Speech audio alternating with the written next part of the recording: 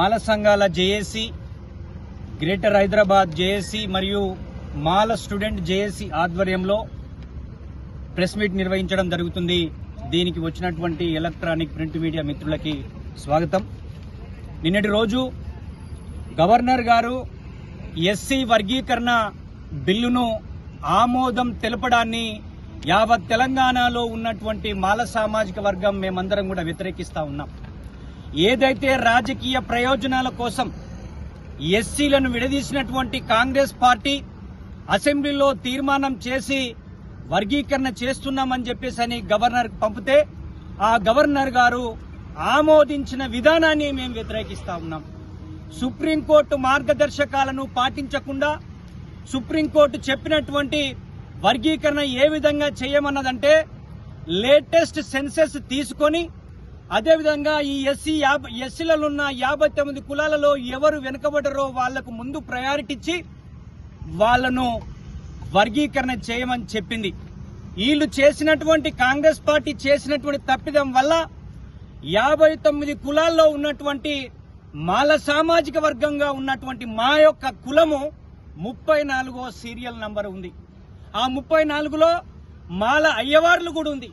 కనీసం కాంగ్రెస్ పార్టీ మాలలను ఒక ప్రత్యేక సీరియల్ నంబర్ వేయడానికి కూడా ఓపిక లేదనే విషయాన్ని మేము గుర్తు చేస్తా ఉన్నాం. వాళ్ళు చెప్పిన లెక్కల ప్రకారం 15 లక్షలు మేము ఉన్నామంటే మరి ప్రత్యేకంగా మాలలకే 5 నుంచి 6% రావాలి కదా. అందులో 17 కులాలను కలిపారు. మాతోటున్న కులాలని 1లోకి పంపారు. అంటే మీరు సుప్రీంకోర్టు మార్గదర్శకాలను పాటించకుండా కాంగ్రెస్ పార్టీ చేస్తే గవర్నర్ గారు రాజ్యాంగ పదవిలో ఉండి కనీసం దాన్ని రాష్ట్రపతి ఆమోదానికి పంపకుండా చర్చించకుండా ఆయన ఆమోదం చేయడం అంటే కాంగ్రెస్ పార్టీ ఒత్తిడికి తలొగ్గి ఆయన ఇది నిర్ణయం తీసుకుందని చెప్పేసరి మేమైతే భావిస్తా ఉన్నాం. ముఖ్యంగా కాంగ్రెస్ పార్టీ ఈరోజు తెలంగాణ వ్యాప్తంగా ఏం మాట్లాడుతుందంటే జై బాపు, జై భీమ్, జై సంవిధాన్. కాంగ్రెస్ పార్టీ ఎప్పుడు కూడా బాబాసాహెబ్ అంబేద్కర్ విషయంలో అన్యాయం చేసింది. ఆ రోజు రాజ్యాంగ రచన సభకు ఎన్నికైతాడని చెప్పి ఆయనను ఏదైతే ప్రాతినిధ్యం వహిస్తుందో అది పాకిస్తాన్ లో కలిపినటువంటి విధానాన్ని గుర్తు చేస్తా ఉన్నాం. ముఖ్యంగా బాబాసాహెబ్ అంబేద్కర్ గారు ఆ రోజు గాంధీతో కాంగ్రెస్ తో ప్రత్యేక నియోజకవర్గాలు అడిగితే గాంధీ గారు ఆమరణ నిరాహార దీక్ష చేస్తున్నటువంటి చరిత్ర ఉంది. అంతేకాకుండా బాబాసాహెబ్ అంబేద్కర్ మహిళలకు 50% రిజర్వేషన్ ఇవ్వాలని చెప్పేసి ప్రతిపాదిస్తే ఆయన అడ్డుకొని ఆ మహిళలకు రిజర్వేషన్ లేకుండా చేసి న్యాయశాఖ మంత్రికి రాజీనామా చేయించే విధంగా ఒత్తిడి చేసినటువంటి చరిత్ర కాంగ్రెస్ పార్టీ. ఈ రోజు కాంగ్రెస్ పార్టీ మాల సామాజిక వర్గం ఓట్లతో గెలిచి కూడా ఈ మాల సామాజిక వర్గానికి అన్యాయం చేసింది.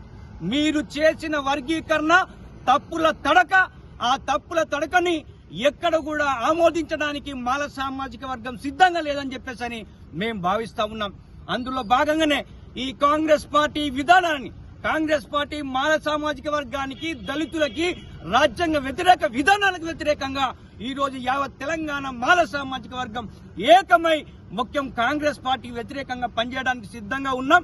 ముఖ్యంగా గవర్నర్ గారు మీ మీద మాకు గౌరవం ఉండే, మీరు రాజ్యాంగ పదవిలో ఉన్న వాళ్ళు మీరు ఆ బిల్లును తిప్పి పంపి ఆ యొక్క కాంగ్రెస్ పార్టీకి కన్నులు తెచ్చే విధంగా సుప్రీంకోర్టు మార్గదర్శకాలు పాటించిన తర్వాతనే ఈ బిల్లు నాకు పంపండి అని చెప్తారని మేము అనుకున్నాం. మీరు మాల సామాజిక వర్గానికి మీరు కూడా వ్యతిరేకంగా పనిచేశారని మేమైతే భావిస్తా ఉన్నాం. అందుకే తెలంగాణలో ఉన్న మాల సామాజిక వర్గానికి నిరుద్యోగులకు 22వ రోస్టర్ పాయింట్ విధించడం వల్ల మాకు ఆ 22వ రోస్టర్ కూడా మహిళలకు కేటాయించారు. మాకు 23 పోస్టులు వస్తేనే ఒకటి మహిళలకు వస్తుంది. అంటే మాల సామాజిక వర్గానికి అన్యాయం చేసిన ఈ కాంగ్రెస్ పార్టీ మీద మాల సామాజిక వర్గం వ్యతిరేకం ఉంది. తప్పకుండా వారికి వ్యతిరేకంగా ఉద్యమించడానికి, మాల సామాజిక వర్గాన్ని ఏకం చేయడానికి మేము సిద్ధంగా ఉన్నాం. ఖబర్దార్ అని చెప్పేసి తెలియజేస్తా ఉన్నాం.